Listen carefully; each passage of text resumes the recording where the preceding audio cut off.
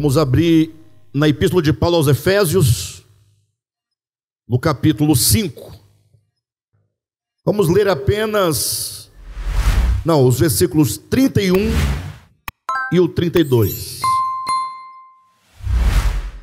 Eis porque deixará o homem a seu pai e a sua mãe, e se unirá à sua mulher, e se tornarão os dois uma só carne. Diga amém. 32. Grande é esse mistério, mas eu me refiro a Cristo e à igreja. Deixará o homem a seu pai e a sua mãe, e se unirá à sua mulher, e se tornarão ambos uma só carne. Essa é uma declaração, é um texto que está lá no livro de Gênesis, capítulo 2, quando Deus, por ocasião da criação, num relato bíblico, Ele criou o homem. Depois vocês sabem de toda a história, como que Deus proveu para o homem uma mulher, uma auxiliadora, e então quando essa auxiliadora, a mulher, é apresentada ao homem, quando ele diz: esta afinal é osso dos meus ossos e carne da minha carne, é nesse momento em que esse texto aparece, como sendo um texto muito utilizado para ser usado em ocasião de casamento. Então, na maioria das cerimônias de casamento, nós vamos ouvir esse texto, um texto muito bonito que fala dessa unidade, do homem e da mulher. Deus os fez para serem um, para serem ali a completação do outro. Então é um texto muito lindo, muito maravilhoso e muito apropriado para as reuniões de casamento. E aqui no capítulo 5 de Efésios, o apóstolo Paulo está falando exatamente de homem e mulher. Não sei se vocês já atentaram, mas geralmente o apóstolo Paulo, na primeira metade de suas epístolas, ele apresenta a verdade de Deus do ponto de vista da proclamação da verdade. Ele apresenta a verdade consumada na pessoa de Jesus. E na segunda etapa, na segunda metade das suas epístolas, ele costuma trazer agora a aplicação daquilo que foi ensinado, aquilo que foi proclamado, como que essas verdades agora chegam ao coração dos seus ouvintes, E como essa palavra agora nos alcança na prática. Aí ele costuma falar dos jovens, dos casais, dos servos, dos senhores, da mulher, do homem. Então ele vai trabalhando todas as áreas da vida humana. E no capítulo 5, então, ele está dizendo acerca do marido e acerca da esposa.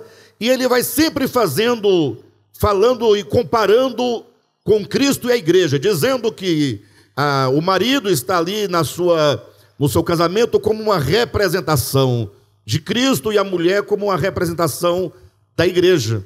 Então ele vai dizendo que os maridos devem amar suas mulheres como Cristo amou a igreja, as mulheres devem ser submissas aos seus próprios maridos, como a igreja deve ser submissa a Cristo. Ele vai falando até chegar nesse ponto em que ele apresenta esse argumento teológico a favor do casal, a favor do casamento. Ele conclui dizendo: deixará, portanto, como está escrito, que o homem deixará seu pai e a sua mãe e se unirá à sua mulher, e se tornarão os dois uma só carne.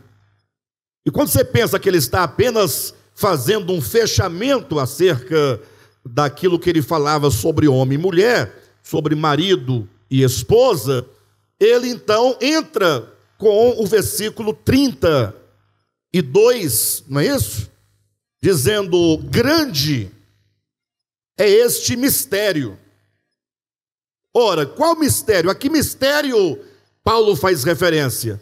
Ora, um homem deixar seu pai, deixar sua mãe e se unir à sua mulher, e dessa união resultar uma unidade, resultar uma só carne, Isso me parece, de fato, um grande mistério. Porque, efetivamente, se nós tomarmos isso do ponto de vista da experiência de casados, a gente só leva isso mesmo pela fé, só leva a sério esse texto, porque, não, quando Deus fala, ninguém discute, né? Ainda que está todo mundo vendo que não está rolando. Não está uma só carne, não. Tudo bem que a gente se esforça, né? Um só objetivo, um só propósito, né? Compartilha a mesma cama, o mesmo teto, muita coisa muito próxima. Tem até alguns momentos que a gente fica bem próximo mesmo, né? Muito próximo, mas ainda não se vê essa uma só carne. Aí, para poder explicar, diz, não, é porque esse uma só carne se refere a basicamente duas coisas. Digamos, num primeiro nível mais superficial, tornam-se uma só carne o marido e a mulher por ocasião do ato conjugal. Né? Mas ainda não é uma só carne. Não é ainda. Concordam que não é ainda? Aproxima-se, mas não. Não pode ser. Mas vai que desse ato conjugal nasça um filho. Aí esse filho acaba juntando os dois e no filho está ali o pai e a mãe. Aí podemos dizer nesse sentido mais profundo que se torna uma só carne. Mas efetivamente o homem continua sendo homem e a mulher continua sendo a mulher. E não vai, a gente explica, tenta, mas não vai. Por isso Paulo diz, olha, isso na verdade é um grande mistério. É um mistério. Mas, e esse mais explica tudo, mas se você está pensando que eu estou dizendo desta unidade absoluta, de tornar apenas uma só carne, se vocês acham que eu estou me referindo ao homem e à mulher, a Adão e Eva, não. Essa união que o homem e a mulher realizam é apenas um símbolo imperfeito que aponta para uma realidade espiritual. E eu estou falando, na verdade, acerca de Cristo e da igreja. E aí estabelece-se, portanto, a ideia de que Cristo e a igreja, não é Cristo somente, nem somente a igreja, é Cristo e a igreja constituem ambos, ou juntos, um grande mistério, que é o tema dessa nossa mensagem, que estamos já há 3 semanas falando sobre ela, o grande mistério. Mas veja que Paulo, quando ele fala de Cristo e da igreja, prestem atenção, ele está falando algo muito maior do que aquilo que comumente nós costumamos ver e tratar. Quando se fala da igreja, o que nos vem à mente imediatamente? A igreja é de Cristo, tá tudo bem, a igreja, mas quando se fala de igreja, me parece, vem muitas coisas acerca relacionado a ela, mas a igreja mesmo não vem ao nosso entendimento. Quando fala a igreja, logo você pergunta, você é de qual igreja? Olha a pergunta que vem. Não, eu sou do DEVAP. Eu sou da igreja tal, da igreja fulana, né, etc, tal. Quando se fala da igreja, aí você pensa na história da igreja. A igreja que começou lá em Jerusalém, a igreja medieval, a igreja moderna, a igreja pós-moderna. Mas o fato é que nós sempre pensamos na igreja no seu aspecto institucional. A igreja enquanto instituição. E ela tem esse aspecto. Não tem como fugir da igreja enquanto instituição, porque nós, homens e mulheres da sociedade, que nascemos da polis grega, nós fazemos tudo como instituição. Não tem como. Todas as nossas relações, elas são institucionais. Não tem como se livrar disso. Somos homens políticos, né? no sentido próprio da palavra, homem da polis, homem da política, homem da instituição, homem do coletivo, homem da cidade e etc. Mas quando se refere à revelação da Escritura, ao falar da igreja, pelo menos aqui nas ideias do apóstolo Paulo, sobretudo, nas suas epístolas, ele sempre fala da igreja do ponto de vista ontológico, o ponto de vista do ser. Igreja enquanto algo que é criação de Deus, algo que Deus gera a partir dele próprio como essência, como natureza, dentro do nosso espírito humano. Não sei se vocês lembram, mas em 2016 nós lançamos o livro A Dracma Perdida. Não sei quantos de vocês leram este livro, mas é um livro um tanto estranho, né? Ele é um livro estranho, é um livro diferente, porque não é comum, com raríssimas exceções, de se fazer literatura, estilo romance, com ensinamentos bíblicos, com raríssimas exceções. Tem alguns, até mesmo seculares, mas que traz o teor da Escritura, do Evangelho. Tem outros que já são, notadamente, se afirmam cristãos mesmo. Mas, assim, A Dracma Perdida foi um livro que ele foi escrito naquele modelo, naquele gênero literário, exatamente para criar um marco no DEVAP, de que nós estávamos mudando de uma base para outra base. Bem, nós falamos aqui diversas vezes, não sei quantos entenderam, e, enfim, o fato é que nós estávamos transitando de uma base meramente teórica, do ponto de vista da proclamação da Escritura, do Evangelho, né, da Bíblia, ou seja, a gente ensinava as doutrinas como elas deveriam ser. Ensinávamos a doutrina do ponto de vista ortodoxo. Nós falávamos, não, a doutrina ortodoxa. O que é a doutrina ortodoxa? É a opinião reta, é o conceito reto, é a doutrina correta, tradicional, enfim. Não, está tudo certo com a doutrina ortodoxa, não tem nada errado, é muito legal, acredito que em algum momento todo mundo tem que passar por ela. Mas nós agora estamos migrando para uma outra base, em que as mesmas verdades deverão ser trabalhadas em nós, a começar no sentido da pregação, no sentido de como nós podemos, então, experimentar esta palavra. É o que nós chamamos de palavra do ponto de vista orgânico. Já ouviram a ideia de orgânico? O orgânico e o ontológico são primos, né? Quando falamos orgânico, queremos dizer, essa palavra, essa doutrina ensinada deste modo, eu quero saber o que ela tem a ver comigo, com o meu coração, com a minha alma.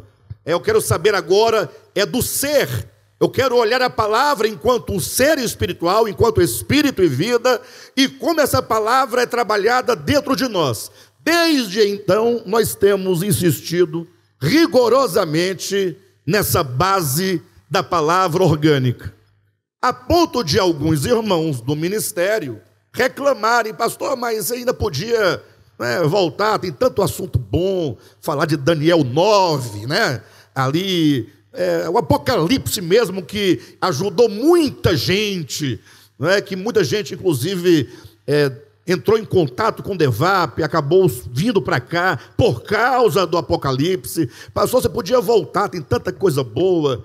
E eu digo, olha, eu não sei qual o sentido tem de uma igreja, já com 25 anos de ministério, estarmos preocupados ainda com essas questões que, como diz o apóstolo Paulo, sendo necessário, nós trataremos, sem problema. Mas, no geral, nós já crescemos o suficiente para entender que o que vale é somente aquilo que é gerado no coração, somente aquilo que é gerado na alma. Deus é muito sábio. Vocês entenderão por que eu estou construindo este caminho. Deus é muito sábio. Desde o primeiro livro da Bíblia, Deus logo se apresenta a nós como alimento. Árvore da vida. Quer ter vida eterna? O que diz Gênesis? Tem que comer do fruto. Não é dito que você tem que estudar teologia. Não é dito que para viver eternamente você tem que ser crente de uma instituição. Não é dito que você tem que deixar cabelos longos ou mantê-los cortados. Não diz da sua roupa, nem da sua bebida, nem da sua comida. O que diz? Que comendo do fruto da árvore da vida, o homem viverá.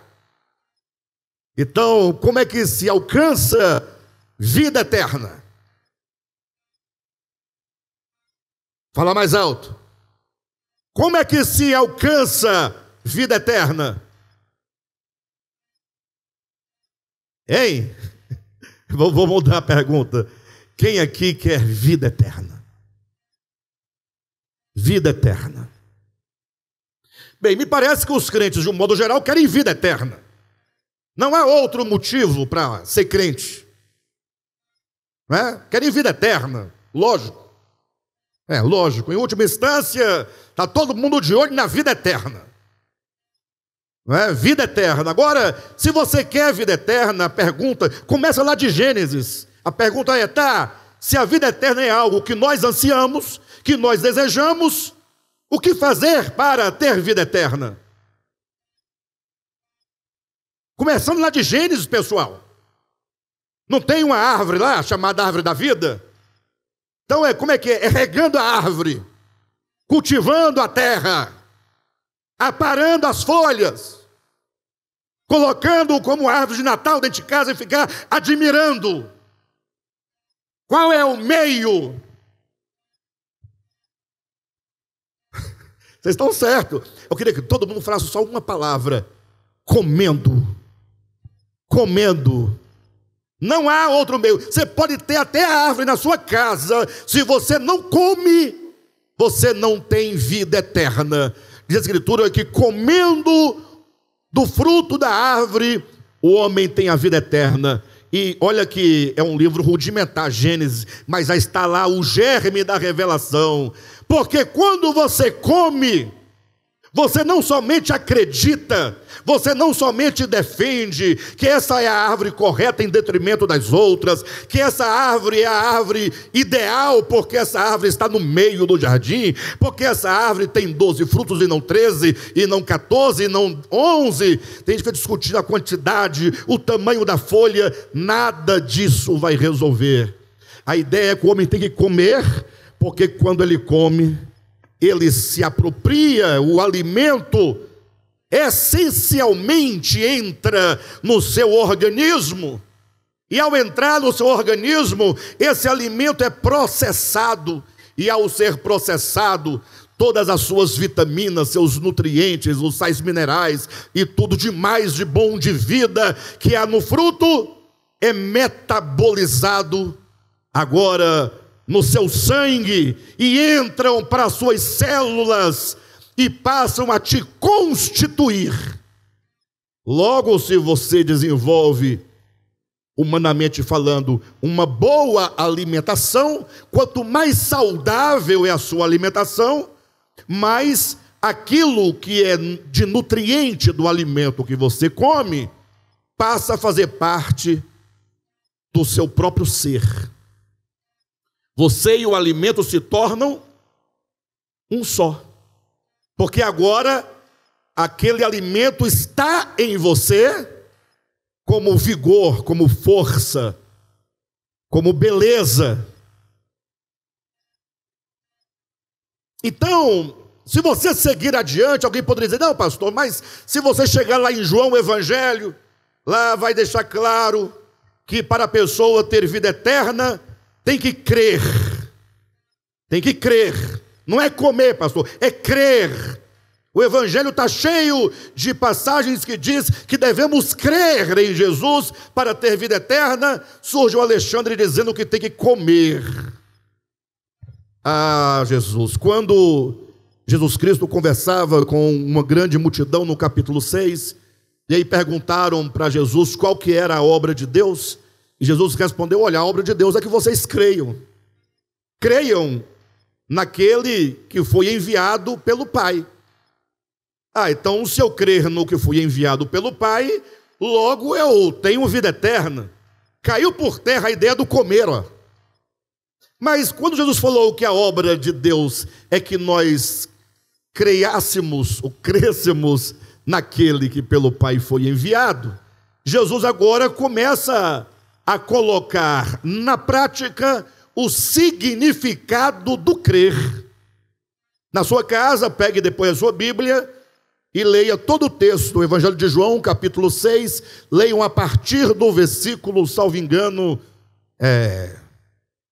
27, né? Salvo engano. E aí você vai observar como que tão logo Jesus diz que a obra do Pai, a obra que devemos realizar, consiste em crer naquele que pelo Pai foi enviado, aí ele se apresenta para ser crido.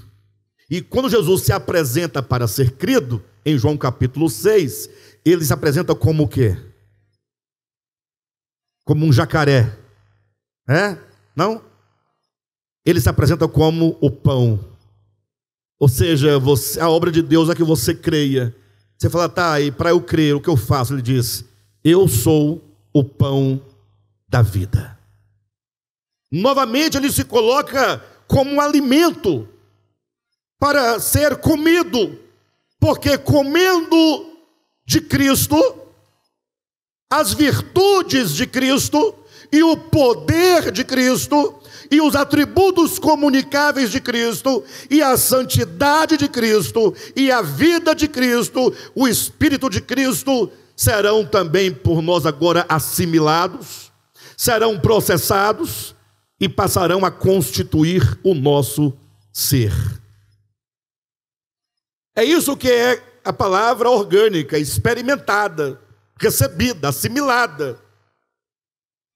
Logo, o nosso interesse em todas as ministrações aqui no DEVAP é sempre conduzir a igreja para esta direção de uma experiência do Espírito, no Espírito, por meio de compreender a palavra para você recebê-la como Espírito e vida.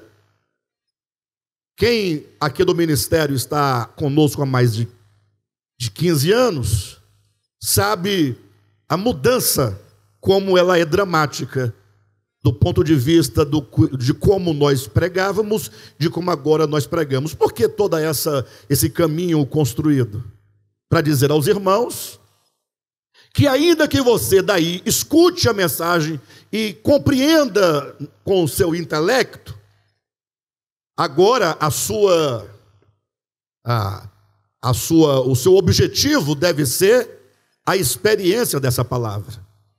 Não há nada de tecnicismo, não. Se alguém está pegando a palavra que nós pregamos e fazendo debate em cima dela, essa pessoa não compreendeu absolutamente nada.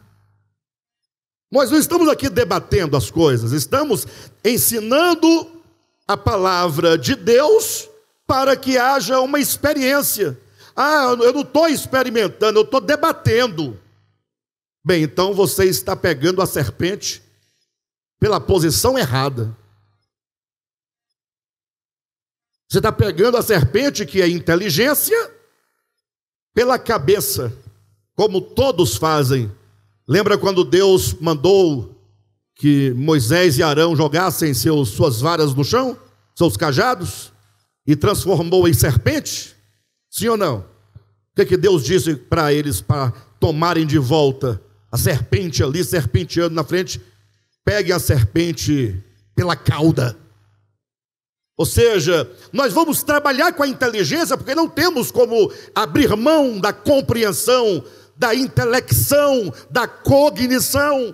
mas nós não vamos pegar a serpente ou a inteligência pela inteligência, pela cabeça onde está a inteligência da inteligência. Nós fazemos uso da compreensão, da intelecção, da cognição, mas nós tomamos para ter vida. Então é preciso que nós compreendamos e resgatemos imediatamente e de modo urgente qual é a natureza da igreja.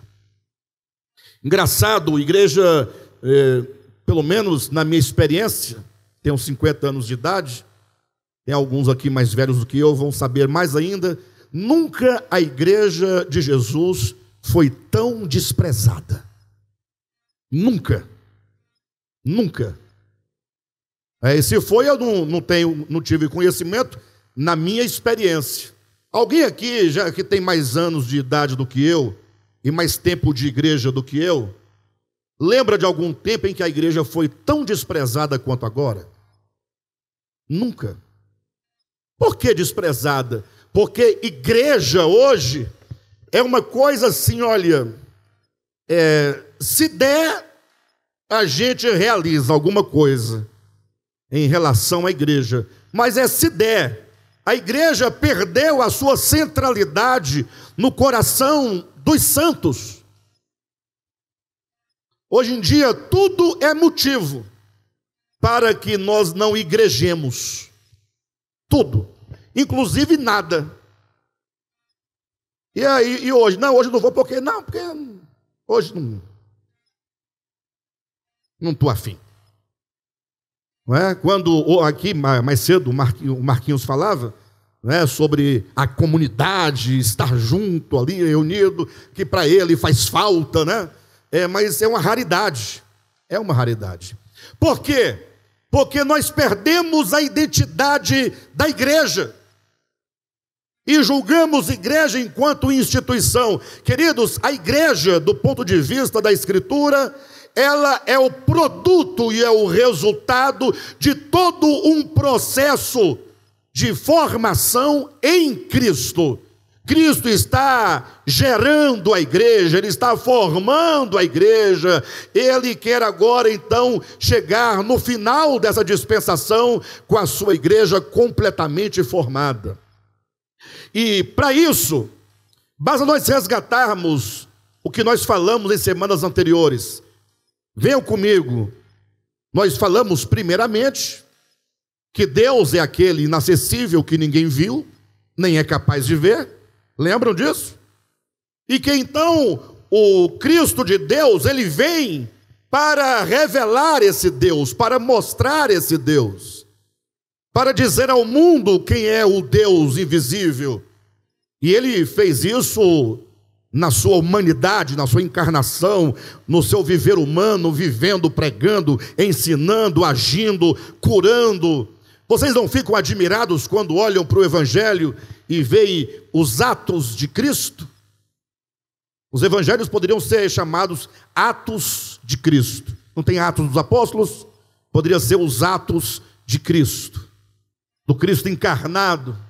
Você fica olhando admirado, puxa. E aí, depois de tudo que ele fez, ele então agora fala aos seus poucos discípulos que tinha, dizendo: olha, eu vou para o Pai e vocês ficarão aqui. Porque o que eles queriam era ir com Jesus, né? Ou que Jesus ficasse aqui com eles.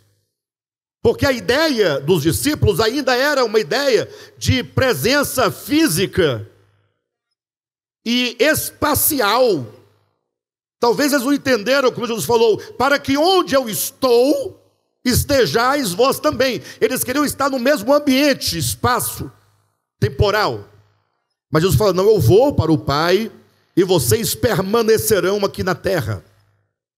Mas não é um permanecer desligado do Cristo, porque a primeira coisa a ser entendida dessa relação Cristo e a igreja é que o próprio Jesus, falando acerca da sua morte e da sua ressurreição, presta atenção, ele disse: olha, se o grão de trigo, referindo-se a ele mesmo, a si próprio, caindo na terra, não morrer, ele fica só. Então, olha para Jesus, olha para a natureza do próprio Cristo. É um grão, é como que uma semente que semeada, caída na terra, haveria de morrer. E o grão que é Cristo morreu? Mais ou menos, né? Morreu? E quando ele ressuscitou, é como que o grão agora germinando, crescendo, e ele diz que depois de morrer, o grão produz o quê? Muitos frutos. E surge dessa metáfora que Jesus usa a primeira ideia ontológica acerca da igreja. O que é a igreja, do ponto de vista dessa metáfora? Cristo era um grão único. Atenção, Cristo era apenas um grão, morrendo e ressuscitando, germinando a vida de ressurreição, saindo, produz muitos grãos. E eu pergunto, o que são os muitos grãos? Está certo, é a igreja. Mas vamos ficar lá na metáfora. Você pega um grão, me ajuda aí, pessoal. Você pega um grão, aí você semeia o grão, e você fica observando todo o processo. O grão morre, rompe a casca, o germe vai saindo, e ele vai crescendo, e você vai observando. Quando surgirem aqueles pendões cheios de grãos, você pergunta, o que são esses muitos grãos? De onde vieram esses muitos grãos? Quem colocou eles ali? O que são os muitos grãos? Está tudo certo, multiplicação, extensão, mas eu te perguntei, o que são esses muitos grãos? Eles são aquele grão. Aquele grão, agora, depois de passar pela morte e ressurreição, ele agora se tornou muitos. Não é um grão não se transforma em muitos ou não? Um grão não se multiplica em muitos ou não? Logo, o Cristo de Deus, que veio revelar o Pai, para continuar a sua obra e alcançar inclusive os lugares mais remotos, tanto no tempo quanto no espaço, o Cristo de Deus, ele se multiplicou para dentro de muitos corações. De modo que se você é alguém que ouviu o Evangelho, você creu no Evangelho, você agora é um grão que procede do único grão. Logo, você é aquele grão multiplicado. Logo, você faz parte de Cristo. Agora veja como que é o engano e como que é a verdade. Preste atenção. Jesus disse que se o grão de trigo morrer, ele se multiplica em muitos grãos. Isso é um fato espiritual. Se você crê, Cristo é multiplicado para dentro de você, você se torna agora a multiplicação de Cristo. Isso é a verdade, mas é uma verdade que tem que ser crida com o coração, e você agora tem que buscar isso dentro de você, do seu espírito, perceber essa realidade espiritual, levar isso a sério por meio da sua fé. Ah, mas o quanto que isso é difícil, porque o engano, ele fala assim, olha como é mais fácil. Bem, esse pão que vocês comeram hoje, da ceia aqui, depois que o pastor abençoa e ora e consagra, o pão agora é o corpo de Jesus. Já ouviram falar do mistério da transubstanciação? O sacramento da transubstanciação? nasceu lá na Igreja Católica. Eles pegavam e pegam até hoje, assim eles acreditam, que ao celebrar ali a Eucaristia, quando o sacerdote levanta aquela hóstia e consagra aquela hóstia ela passa por um processo de transformação e agora se torna aquele pãozinho sangue, corpo, alma e divindade. E as pessoas fazem o quê? Elas acreditam. Elas acreditam. E elas levam a sério. E de tão a sério que elas levam, que até hoje tem ainda aí um mito que corre entre eles, que ao receberem a hóstia deve colocar assim a língua para fora, como um calango. Assim, projeta-se a língua para que a lâminazinha seja colocada na língua, e a língua então é recolhida, e aí você não mastiga, deixa ela dissolver, corre-se o risco, isso é só um mito, tá? Isso não é verdade, para a Igreja Católica não é verdade, mas ainda carregam isso, porque se você morder, você vai estar mordendo o corpo e sai sangue. As pessoas levam a sério isso, que o pão agora é Cristo. Tanto é que se sobrarem hóstias consagradas, porque a hóstia é só uma laminazinha de trigo sem glúten, que até você mesmo pode comprar onde vende, qualquer um pode comprar, não é restrito não. Aí então, chega assim uns pacotes assim, eu mesmo quando era coroinha, quando fui coroinha eu via, eu guardava os pacotes lá no armário, tudo de qualquer jeito, mas depois de consagrado, não, agora não é, agora é o corpo, é Jesus. Então, consagrou, sobraram ali 100, 50 laminazinhas daquela, o que fazer? Porque agora não é mais lâmina, agora é o corpo de Cristo, é o próprio Cristo. Aí eles pegam e guardam dentro do santo sacrário. Quem já viu aqui um santo sacrário? Se você não viu, vai ver. É uma caixinha escura e lá dentro tem uma luzinha vermelhinha. É um túmulo. É um túmulo. Eles guardam o corpo no túmulo,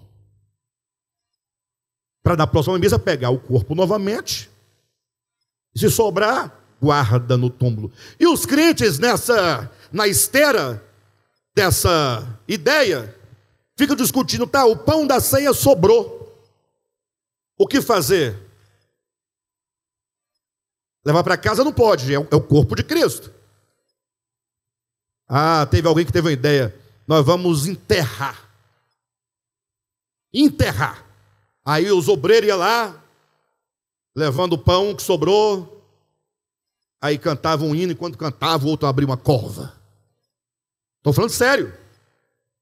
Feita a cova, com muita reverência, sepultava ali o pão, o corpo de Cristo, e fechava. Queridos, por que é tão fácil acreditar que um pão é corpo de Cristo? E por que é tão difícil eu entender que eu agora, se sou igreja, eu sou corpo de Cristo? Ora, se eu sou corpo de Cristo, eu não posso ser outra coisa senão Cristo. E por que nós entendemos igreja como uma coisa dispensável? Não, é dispensável a instituição. Não, instituição é CNPJ. Vocês nem sabiam que o DEVAP tinha CNPJ até surgir a ideia do Pix. Porque não interessa, o CNPJ não interessa. O que interessa é a comunidade, é a reunião dos membros. Abra a Bíblia em 1 Coríntios, no capítulo 12. Veja comigo os versículos 12 e 13. Vejam, preste atenção no texto, Quando você ler um texto bíblico, preste atenção, no nosso curso de leitura a gente ensina isso. Você tem que ficar preso ao texto. Não foge do texto. Respeite o texto. Entenda o que o texto diz. E não o que você acha que ele diz. Diz assim, olha, porque assim como o corpo é um e tem muitos membros, e todos os membros, sendo muitos, constituem um só corpo, assim também com respeito a Cristo. Então, como você tem ali assim, olha, lá no início, assim como o corpo é, e na metade do versículo você tem assim também, essa estrutura, assim como, assim também, vocês percebem que tem um assim como e tem um assim também? Isso é o quê? Uma comparação. Na gramática você chama de comparação. Ou seja, você quer compreender algo que eu quero ensinar? Então vamos olhar para algo semelhante. Algo com o qual se possa comparar. Então olhem para aquilo que vai nos ensinar, que vai nos guiar a verdade que Paulo quer ensinar. Assim como o corpo. Qual corpo, Paulo? O corpo humano. É um. Não é só um corpo que cada pessoa tem?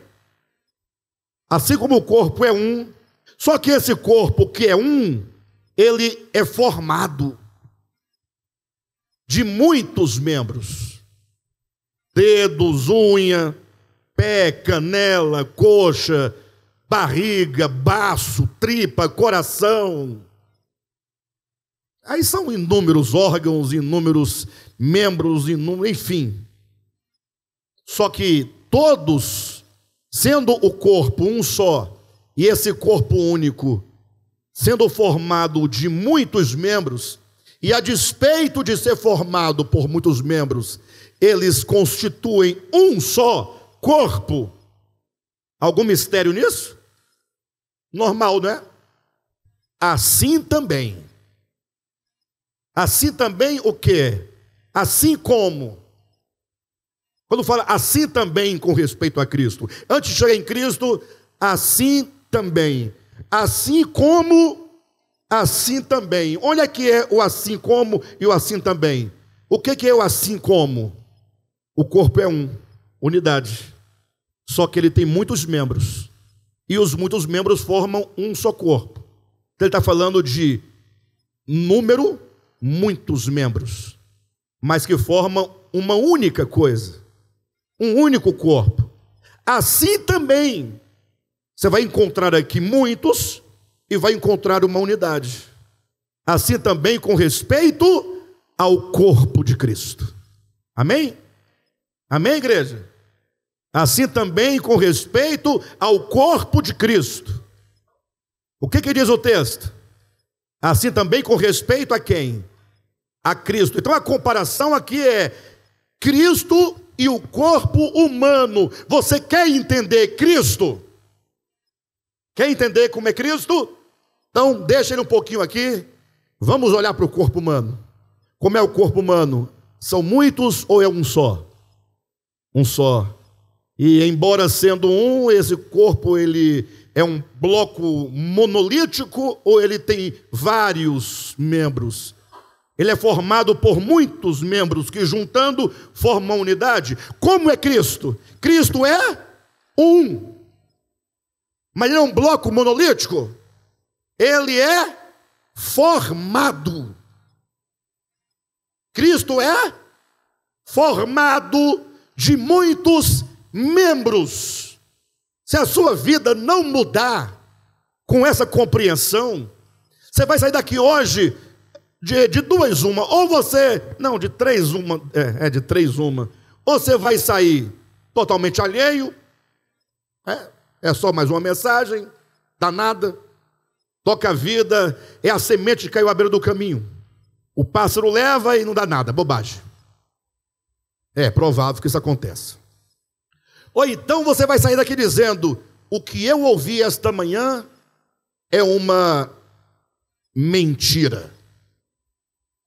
É uma mentira. Eu não creio nisso.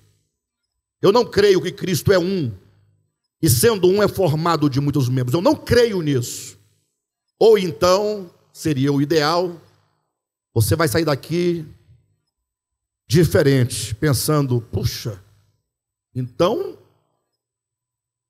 se eu sou membro do corpo de Cristo, eu sou membro de Cristo, logo, eu, juntamente com os membros, formamos um único Cristo, tendo o Cristo místico como cabeça, e todos nós agora parte dele, constituindo o seu próprio corpo. A partir de agora, você não pode mais pensar em você como se você não tivesse nenhuma responsabilidade ou compromisso espiritual com este corpo e esse Cristo espiritual. Já imaginou agora a sua mão acordar de manhã cedo, revoltada? Eu agora não tenho nada a ver com esse corpo. Ou com Alexandre, a mão. Teve uma época passada, vocês vão encontrar talvez, na internet se encontra de tudo. Ocorreu que alguns médicos aí, não sei se americanos, são cientistas, eles estavam estudando um remédio para controlar ou resolver o problema da epilepsia. E descobriram um remédio fantástico, resolvia o problema. Quem tomava o remédio parava de ter as crises epiléticas. Então foi uma alegria só. Mas depois descobriram que todas as pessoas que tomaram aquele remédio geraram um outro problema. Criou-se um distúrbio. Inclusive, eu nem sei o nome, mas tem um nome.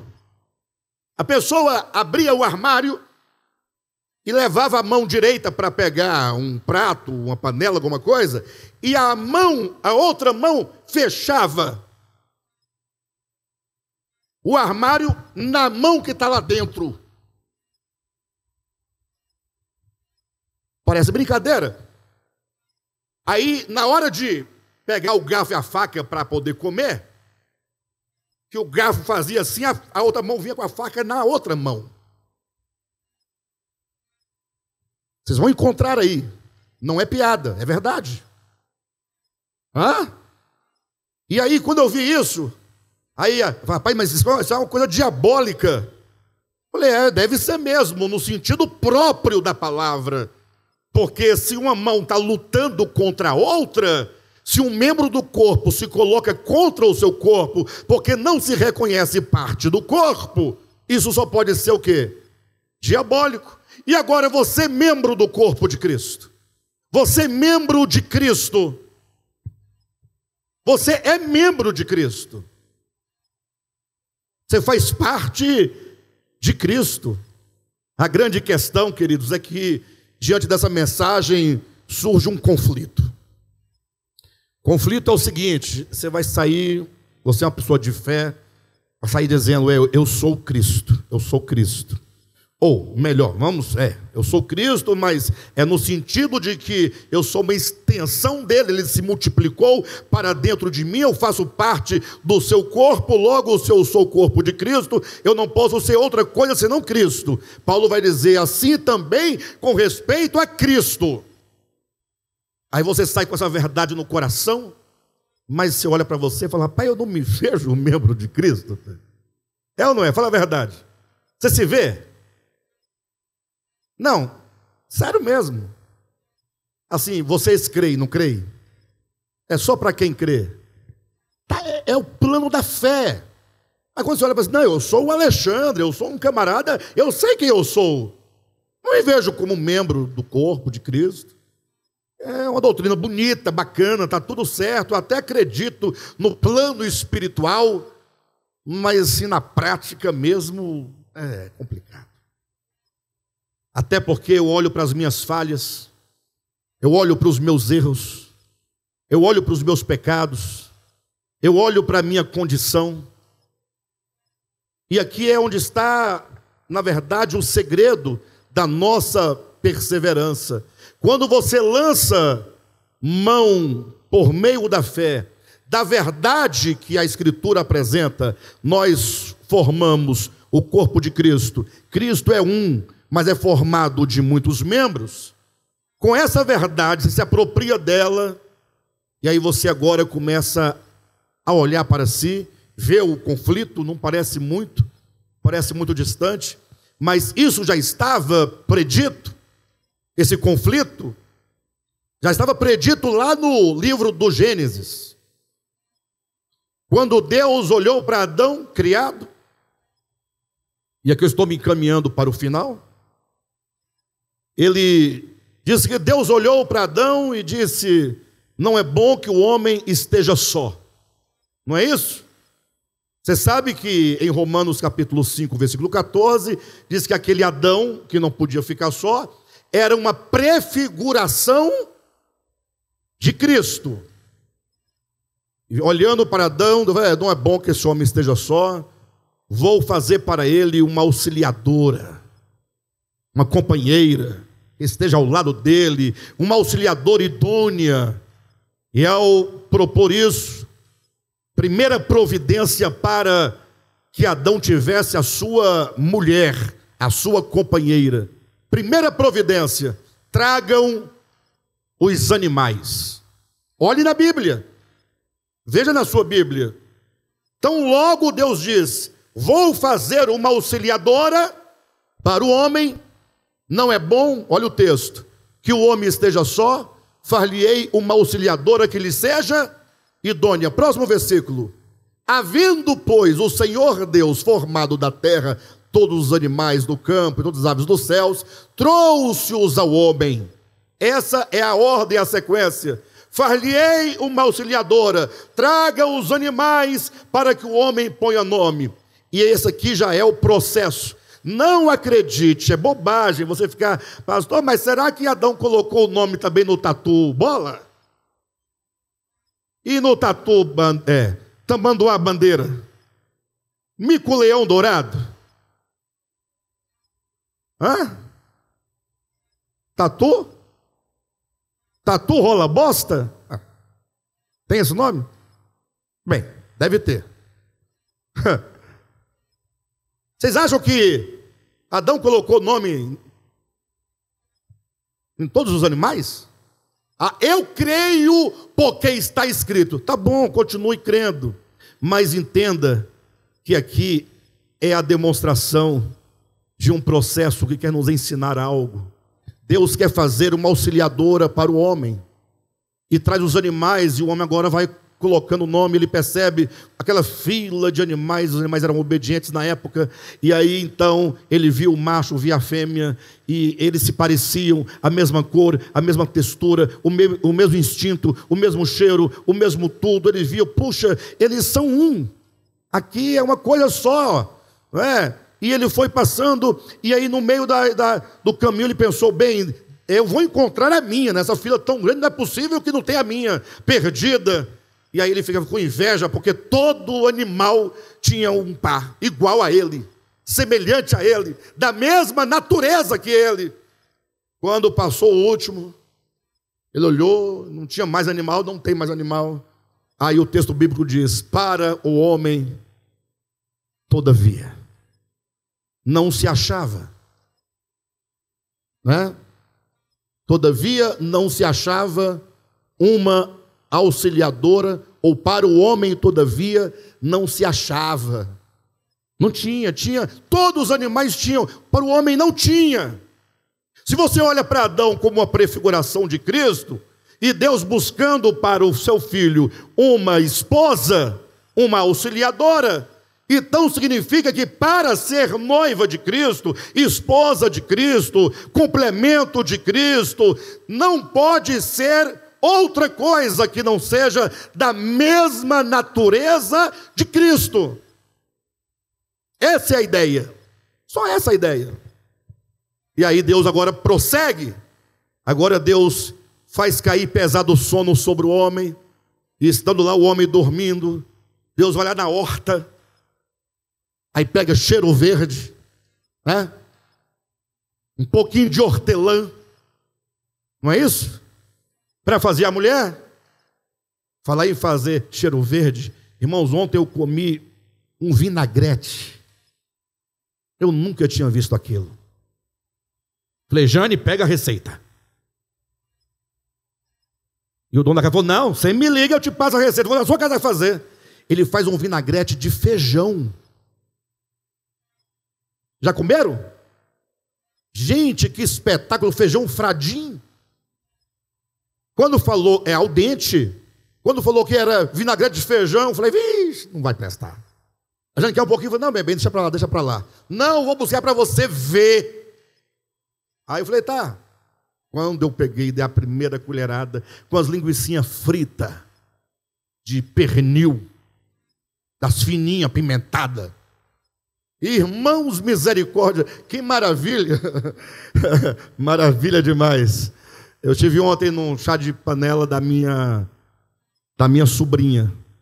É sobrinha, né? A filha da Kelly é minha sobrinha, né? Mas voltando aqui, aí ele foi da horta pegar cheiro verde, canela e... O que ele fez para poder providenciar a esposa de Adão? Ah, irmãos, ele tirou ossos de Adão e carne de Adão. Aí para resolver fala costela, né? Aí o povo fica falando da costela, da costela, da costela. Para, em nome de Jesus. A ideia aqui, tem gente que fica procurando se falta uma costela. Não, crente tem futuro, crente não tem futuro nenhum, ele fica procurando um homem.